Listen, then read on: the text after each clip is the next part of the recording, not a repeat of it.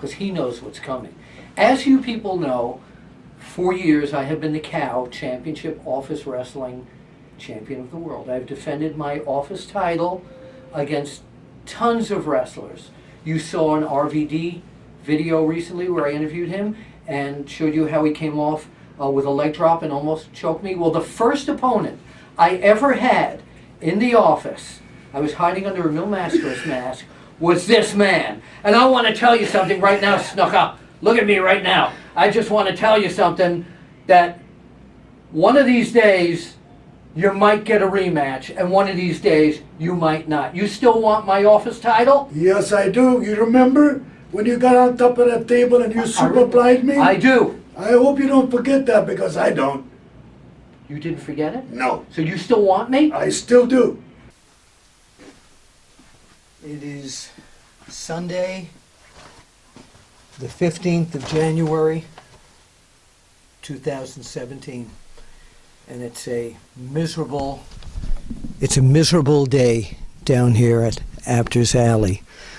One of my dearest friends, not just in the business, but personal friend, and I'm sure you've heard this by now, Superfly Jimmy Snuka has died.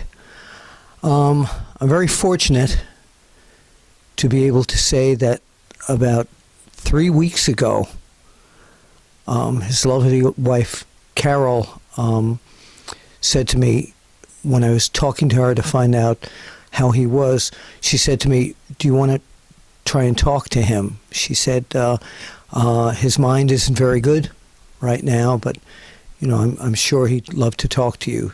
So I could hear her saying, Jimmy, it's Bill Apter. And I heard him in the background going, oh, Brother Bill, let me talk to him. And it was amazing. It was like the Superfly Jimmy Snuka of the days that I was with him, the younger Superfly Jimmy Snuka. He got on the phone, Brother Bill, how you doing, brother? And when you going to come over? I want to see you. And we talked about things in the wrestling business.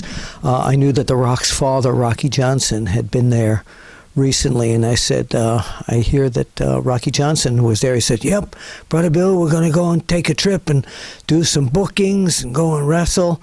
And he even asked me if I'm going to take some pictures and come along with them, etc. I'm sitting here with a memento.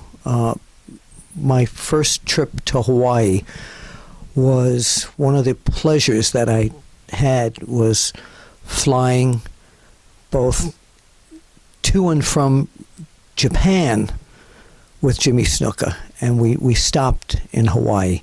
And in Japan, I had a wonderful time with him. We went out every night, had a great time. But his performance in the ring was probably the height of his career, and the fans just idolized him, as they did here as well. I had never seen an in-ring performer like him. When I first got photos of him back in the days that I worked for The Wrestler and Inside Wrestling and Pro Wrestling Illustrated, I had gotten proof sheets from our photographer in Texas, Jim Caldwell, and he used to shoot with a motor drive. And he sent this whole proof sheet, contact sheet of 36 photos, motor driven, of this guy climbing up to the top rope and little by little leaping off, and boom, boom, boom. And it was just, it was like a movie. I met Jimmy in Texas, but I got to really know him and travel with him back in the days of Jim Crockett Promotions and, of course, in the WWF. And the classic matches that he had at Madison Square Garden, which everyone knows is the pinnacle of where a professional wrestler wants to be. And the matches he had against Bob Backlund and so many other people, just, it's like it happened yesterday. So much going through my mind about him. The night that he and his wife Carol came to see me and my singing buddy Paul Big Bear down in a club near Philadelphia, and he wanted me to sing an Elvis song for him, and I did. Elvis was one of his big heroes. In Hawaii, he had this hat that he wore that I loved, and he said that he was going to we were going to go shopping one night and go out and get me the same hat, but we never found the identical hat. But I found a hat similar to it, and he said, "Brother, it's yours." And he, in memory of Superfly Snuka, he always loved when I wore this hat, and it's wow. So again, it's a very sad day here. Last week, we had the death of Rex King, who I didn't know very well, but that was so very sad. And then my friend Willie Farkas, the Wolfman, also passed away just a few days ago. And I miss him and how warm he was to me and my father when I was first starting out in 1970. Superfly Snuka's legacy of what he did in the wrestling business will never be equaled. But more than that, I'm talking that he was a member of my extended family. And again, I'm so glad that I got to speak with him very recently. My love goes out, of course, to Carol, to Phil LaRusso,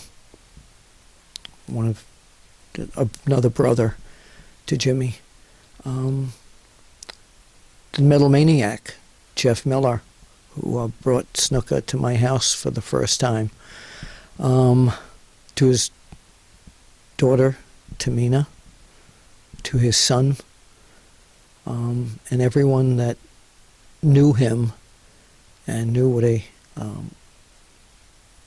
a softie he was inside.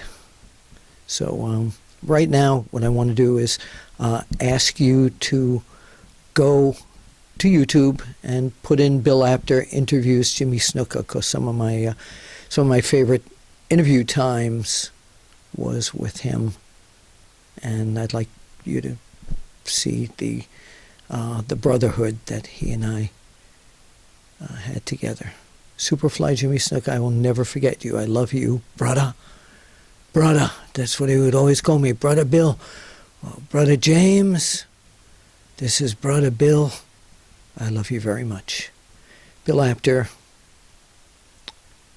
January 15th, 2017,